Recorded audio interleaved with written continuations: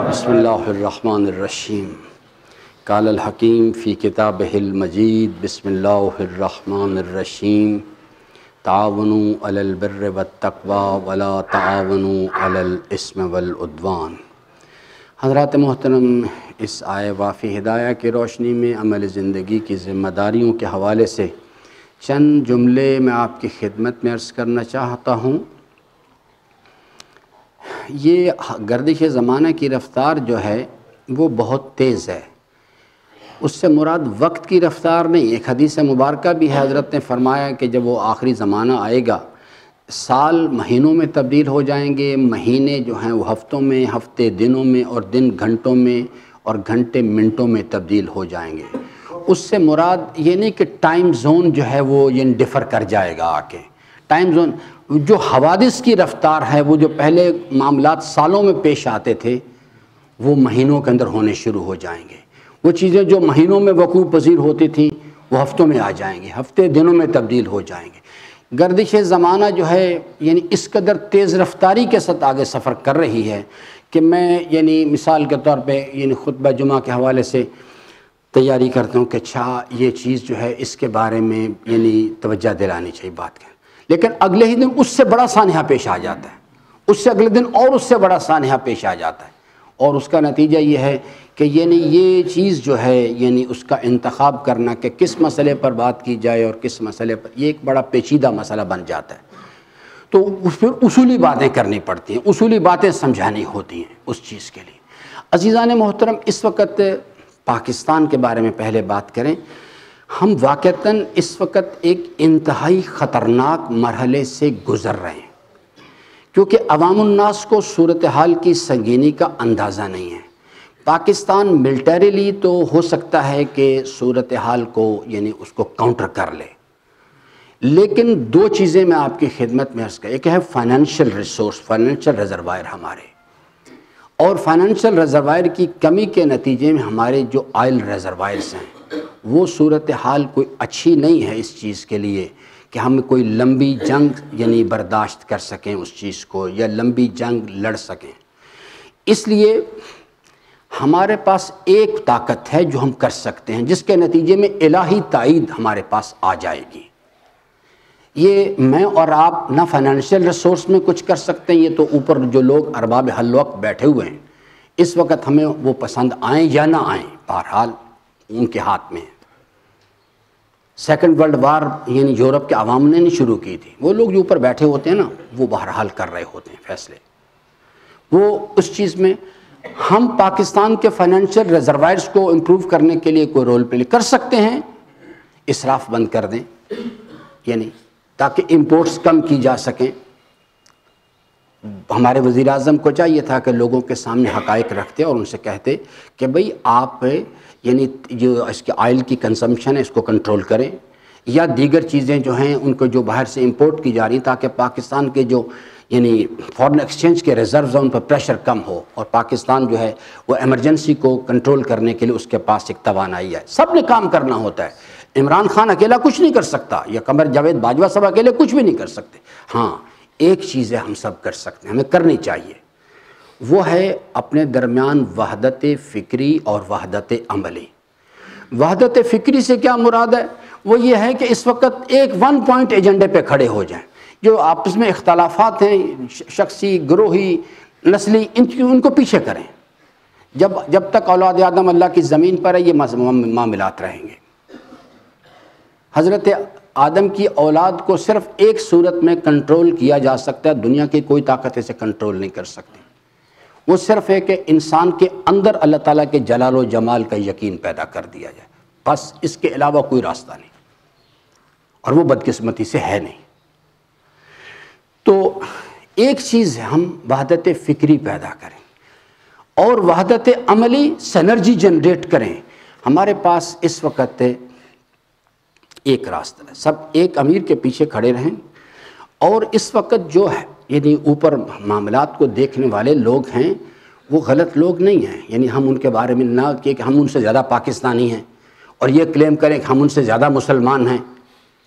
وہ یعنی جو افراد جو ہیں ہمارے جو وزیر اعظم صاحب ہیں یا جو ہمارے آرمی چیف ہیں وہ الحمدللہ مسلمان ہیں اور اتنے ہی پاکستان کے مفادات کے نگران ہیں جتنے کہ ہم سوچتے، بلکہ ہم سے زیادہ بہتر طور پہ اب تک جو صورتحال انہوں نے جس طرح سے ہینڈل کی ہے یہ واقعتاً ان مشکل حالات میں ایک بہترین انہوں نے ڈیلیور کیا ہے۔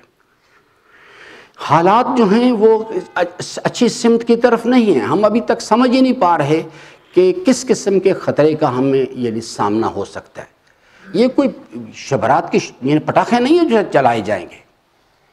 العیاذ باللہ اگر صورتحال اس کی طرف چلی گئی تو پھر میرے عزیزان آپ سیفلی سمجھ لیجئے کہ کم از کم یعنی جو چیز اگر جو یعنی نیوکلر وار ہیڈز ہمارے پاس ہیں اور ان کے پاس ہیں تو دونوں طرف کے یعنی کروڑوں افراد آنے واحد میں ختم ہو جائیں گے، 2-4 لاکھ نہیں، کروڑوں افراد آنے واحد میں ختم ہو جائیں گے، اور اس کے بعد کے جو آفٹر ایفیکٹس ہیں تو بعد اللہ تعالیٰ پناہ دے ان سے۔ اس لیے بہت کیا کریں پھر ہم لوگ اس میں؟ میرے عزیزان ہمارے پاس صرف ایک ادارہ بچا ہوا ہے، باقی زرداری اور نواز شریف نے خدا ان پہ لعنت کرے، یہ ایسے ملعون ہیں، یہ پاکستان کے، میں اس اللہ کے گھر میں کھڑے ہو کے پھر کہتا ہوں نریندر مودی پاکستان کا اتنا بڑا دشمن نہیں ہے جتنا بڑا دشمن، جتنا بڑا نقصان زرداری اور نواز شریف نے پہنچایا پاکستان کو۔ اگر میرے ہاتھ میں اختیار ہوتا میں فوارہ چوک پہ کھڑا کروا کے ان کو گولی اڑوا دیتا ہے، ان کو نہیں، ان کے جو الائز سارے کے سارے جو ان کو فوارہ چوک پہ کھڑے کر کے گولی مار دینی چاہیے۔ پاکستان کے مسئلے کا حل جب نکلے گا تو ہمارے پاس صرف ایک ادارہ بچا ہوا ہے، اور دشمن کی پوری کوشش ہے کہ ہمارے اندر سے یہ حامد میر جیسے اور اس قسم کے جو افراد ہیں ان کو کھڑا کیا ہوا ہے، میڈیا کے اندر، تاجروں کے اندر، یعنی اینکرز کے، پتہ نہیں کیا کیا وہ کر رہے ہیں، کسی طرح سے اس ادارے کو ڈس انٹیگریٹ، تباہ کر دیا جائے۔ بس میری ایک بات یاد رکھیے گا، جس دن افواج پاکستان کا ادارہ ختم ہو گیا، اصل امور تو اللہ کے ہاتھ میں ہے لیکن اس نے بہرحال اسباب اور وسیلے بنائے ہوئے ہیں۔ اگر یہ ادارہ ختم ہو گیا پاکستان 24 گھنٹے کے اندر ختم ہو جائے گا، اور اس کے بعد پھر کیا ہوگا یہ آپ لوگ سوچ بھی نہیں سکتے۔ یہ جو کچھ ہوا تھا نا سیکنڈ ورلڈ وار میں، وہ تو پورے یورپ کے براعظم پہ ہوا تھا، یہ گلوبل میں، اس سے بڑی تباہی صرف اس خطے کے اندر آ جائے گی، اس سے بڑی تباہی آئے گی۔ اس لیے میرے عزیزان یعنی ایک فرد واحد کی طرح پیچھے کھڑے ہو جائیں۔ سب سے پہلی چیز ہے عملی طور پہ سوشل میڈیا پہ اپنا کام کریں، اپنے اس مملکت کی حفاظت کے لیے یعنی میسیج کو پرموٹ کریں۔ افواج پاکستان پر جو حملہ کیا جاتا ہے اس پر حملہ نہ سمجھے، اپنے اوپر حملہ سمجھے، اس کا جواب دیں جس حد تک بھی آپ دے سکتے ہیں، آپ کے پاس رسائی ہے۔ دوسری چیز ہے کہ یہ دعا ایک ایسی شے ہے، ایک ایسی طاقت ہے جو تقدیر کو، غیر حتمی تقدیر کو الٹ دیتی ہے۔ تقدیر کی 2 قسمیں ہوتی ہیں، حتمی اور غیر حتمی۔ حتمی تقدیر کو دنیا کی کوئی طاقت نہیں بدل سکتی، غیر حتمی تقدیر کو الٹ دیتی ہے یہ۔ دعا کیا کریں اللہ کی بارگاہ میں، اجتماعی دعاؤں میں شرکت کیا کریں، جا کے دعا کریں مملکت پاکستان کی محافظت کے لیے، اور دعا کریں افواج پاکستان کی کامیابی کے لیے۔ اس لیے کہ میں بیان نہیں کر سکتا، جب میں کبھی تو میری آنکھیں بند ہو جاتی، میں پروردگارا بچاؤ، کس قسم کی خوفناک صورتحال کی طرف ہم جا سکتے ہیں۔ اور یہ جو چیزیں ہیں یہ ارباب حل و عقد سمجھتے ہیں، جیسے یہ اس قسم کی چیز سوشل میڈیا میں ہے کہ جناب اسرائیل کا وہ پائلٹ بھی، اس میں کوئی شک نہیں، یہ ساری موومنٹ اس کے پیچھے اسرائیل اور امریکہ ہے۔ اسرائیل نے پہلے بھی پرویز مشرف کے زمانے میں بھی، اس سے پہلے بھی اس قسم کی اٹیمپٹس کی انہوں نے، کہ انہوں نے پاکستان پر، انڈیا کو کہا کہ بھی چڑھ جاؤ ان کے اوپر، حملہ کرو۔ لیکن اس وقت کے جو انڈین وزیر اعظم تھے وہ سمجھدار لوگ تھے، جیسے یعنی راجیو گاندھی کے زمانے میں بھی موومنٹ ہوئی، پھر اٹل بہاری واجپئی کے زمانے میں بھی اس قسم کی موومنٹ ہوئی، لیکن وہ سمجھدار لوگ تھے، ایک حد تک آگے آئے جب ان کو آگے دکھائی دیا کہ بھی صورتحال اس قسم کے پیچھے ہٹ گئے۔ یہ بے وقوف آدمی ہے، اس کو چڑھا دیا انہوں نے۔ اب اس کا جو رد عمل آئے پاکستان نے شو کیا، اگر نواز شریف جیسا غدار ہوتا تو جس طرح سے وہ نیوی کا ہمارا اٹلانٹک جہاز گرا دیا تھا، یہ غدار جو ہے پھر کہتا خاموش ہو جاؤ. لیکن اب انہیں پتہ نہیں تھا کہ اندر کی کیمسٹری ساری چینج ہو گئی ہوئی ہے.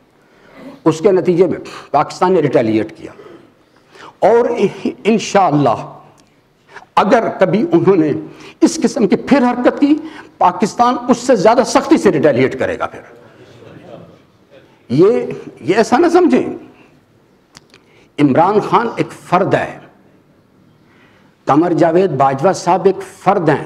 نظام اوپر سے چل رہا ہوتا ہے، اوپر سے نظام چلتا ہے. پاکستان ریٹیلیٹ کرے گا اس چیز کے لیے، لیکن حالات جو ہیں انہوں نے اس چیز کے لیے، اب جو زمانہ ہے جب تک ہندوستان کے انتخابات نہیں ہو جاتے تو ہمیں بالکل ریڈ الرٹ پہ رہنا پڑے گا، کیونکہ پاکستان کے رد عمل نے ان کی تمام حکمت عملی کو زیرو کر کے رکھ دیا. سب سے بڑا نقصان جو ہندوستان کو پہنچا ہے وہ ہندوستان کا جو سپر پاور کا جو خواب تھا وہ بالکل چکنا چور ہو گیا. آج ان کی انٹرنیشنل مارکیٹ کے اندر زیرو ویلیو ہو گئی ہے، اور یہ چیز ان کے لیے ایک نائٹ میئر ہے.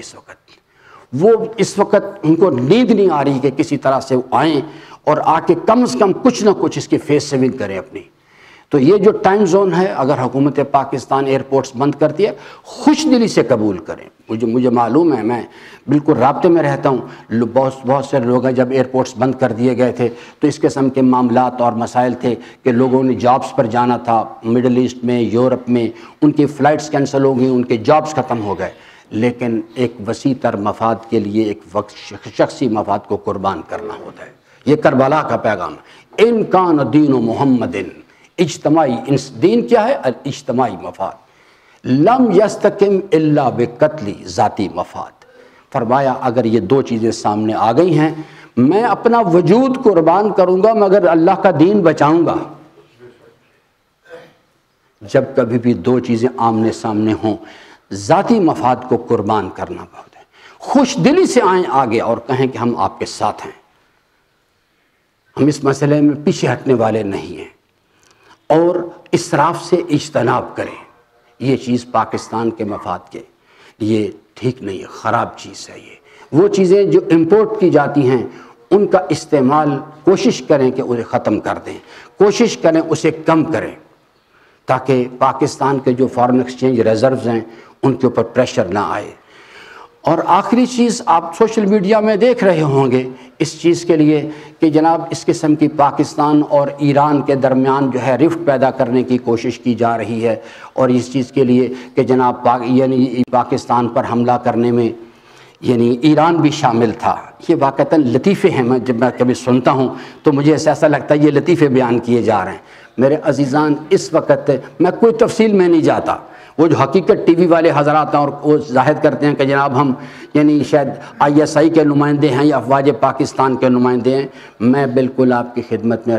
یہ ویڈیو کلپ جو ہے یہ اس وقت بھی YouTube پر موجود ہے. اسرائیل کے وزیر اعظم کا نام لکھیں نیتن یاہو، اس کے کلپس آ جائیں گے. میں نے خود سنا ہے، وہ انٹرویو کرنے والا اس سے پوچھتا ہے کہ اسرائیل کی سلامتی کے لیے آپ کس چیز کو خطرہ دیکھتے؟ کہتا ہے ایران. اس نے کہا اس کے بعد دوسرا بڑا خطرہ، کہتا ہے ایران. تیسرا بڑا خطرہ ایران. اس نے کہا ایران، اسرائیل کی سلامتی کے لیے صرف ایک چیز خطرہ ہے، ایران. میں پاکستان پہ کوئی تبصرہ نہیں کرنا چاہتا. ابھی پاکستان کے وزیر خارجہ نے جب یہ جرمنی میں گئے ہوئے تھے، میونخ میں انہوں نے جا کے جو بیان دیا، میں نے اس وقت بھی سوال اٹھایا تھا کہ کس کیپیسٹی میں آپ بات کر رہے ہیں اس چیز کے لیے. میں پھر عرض کرنا چاہتا ہوں، ولو کوئی شخص بھی میرا ساتھ نہ دے، ہم کوئی بھیڑ بکریاں نہیں ہیں کہ عمران خان صاحب آئیں یا شاہ محمود قریشی آئے یا کوئی زید بکر آئے اور ہمیں اندھیروں کے اندر دھکیلنا شروع کر دیں. یہ اب نہیں ممکن ہو سکتا، ولو ہماری گردن کاٹ دی جائے. ہم اس کو برداشت نہیں کر سکتے اس چیز کو. الحمدللہ جو DG ISPR نے بیان دیا ایران کے بارے میں، اور ابھی عمران خان صاحب نے شیخ رشید صاحب کو بھیجا ایران سے بات چیت کرنے کے لیے، یہی حکومت پاکستان کی پالیسی ہے. حکومت پاکستان کو اچھی طرح پتہ ہے کہ اگر اس وقت موجودہ صورتحال میں ان کے چاروں طرف اسرائیل افغانستان میں بیٹھا ہوا ہے، امریکہ افغانستان میں بیٹھا ہوا ہے، انڈیا کی طرف بیٹھا ہوا ہے، اور ان کے لیے اگر کوئی چیز راہ نجات ہے، کوئی ایک راستہ ہے، وہ صرف ایران کا بارڈر ہے۔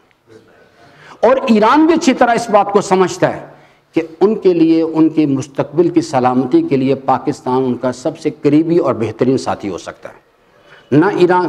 اور دوسری چیز آخری میں عرض کر دوں، دیکھیے ایک ہے ایران کی حکومت، یہ جو لوگ ہیں اس وقت حسن روحانی صاحب یا اس سے پہلے سید محمد خاتمی، یہ لوگ جو تھے ان کا نظریہ کیا ہے؟